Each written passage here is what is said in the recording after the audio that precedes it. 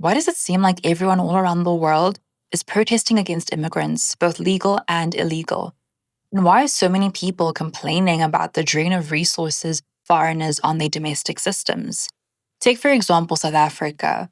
South Africa has been dealing with a situation where citizens are removing foreign nationals from public healthcare facilities due to the ongoing health crisis within the country. Even further, within Japan, they passed a new law mandating that any foreigners have to be screened in case they have any unpaid bills and are fleeing to Japan as a place of refuge.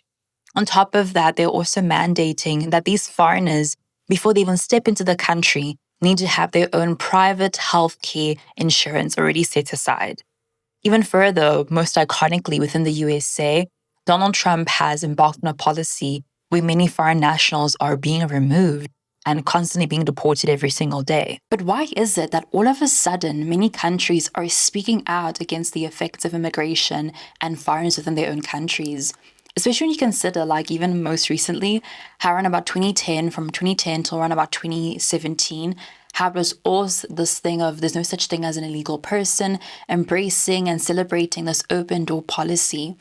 And whenever people would present any criticism of this, they'd often be labeled white supremacists, far right wing people who are conspiracy theorists and subscribe to different right wing conservative ideologies. However, with all the places that I have mentioned, from South Africa, Africa, from Asia, from even the West, like in the USA, are all these people white supremacists? Or is it more so people who are citizens of their countries who are speaking out against limitations that immigration and foreigners have on their domestic resources and also hopes to further build their own nations? Let me know what your thoughts are in the comments section, and also hit the subscribe button. This allows me to create more frequent videos with deeper dives into different topics from history, culture, and politics. Hit the subscribe button and let me know what your thoughts are.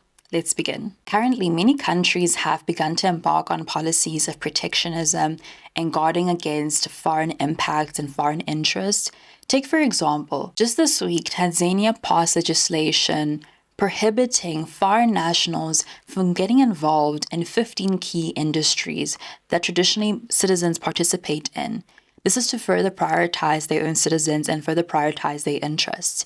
Even further, even within the UK, due to the ongoing protests against migrants and overall immigration to the UK, the police have actually enlisted their elite team of police officers to monitor anti-migrant social media posts to try and reduce the ongoing unrest that is ongoing within the UK. This is not just a one-dimensional thing, but why is it that many countries are beginning to close off from this liberalized state where countries should have their borders open and try and encourage foreigners and foreign investment within their own countries? That is such a big radical shift. But this is all interesting, right? Especially when you consider how for the longest time, through institutions like the International Monetary Fund, the IMF, from the World Bank, even the United Nations, had this big rule, and a lot of the policy was motivated that whenever countries are interconnected and dependent on one another, this reduces the likelihood of conflicts and wars. As a result, a lot of these institutions actually came after World War II, after the massive war that essentially tore apart the world. And as a result of this, many of these countries have begun to embrace policies such as open borders, also opening and allowing as much foreign direct investment as you possibly can to help boost your economies. And as a result of just having this over-reliance on one another. But at the same time, has this somewhat failed and begun to be at the detriment of many citizens? Take, for example, right, even just this year when President Donald Trump came into office, began to embrace really protectionist policies, such as earlier this year, imposing sanctions, cutting aid, basically initiating a trade war with China and just going to head with tariffs. How a lot of countries have increasingly begun to become a lot more protectionist and also a lot more veering away from this promise of liberalization and inviting the world into your home, and more so looking inward and focusing on the purposes and the goals of your citizens within your own country. But at the same time, this entire immigration conversation, right?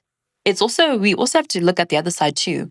a lot of rebuttals and a lot of responses that people have to the ongoing immigration crisis is that, look, nobody actually wants to leave their home country, and that a lot of people are moving to other parts of the world because their home countries have been destroyed, decimated, for example, in wars or maybe in conflicts or other political instability. Take, for example, now with Palestine, right?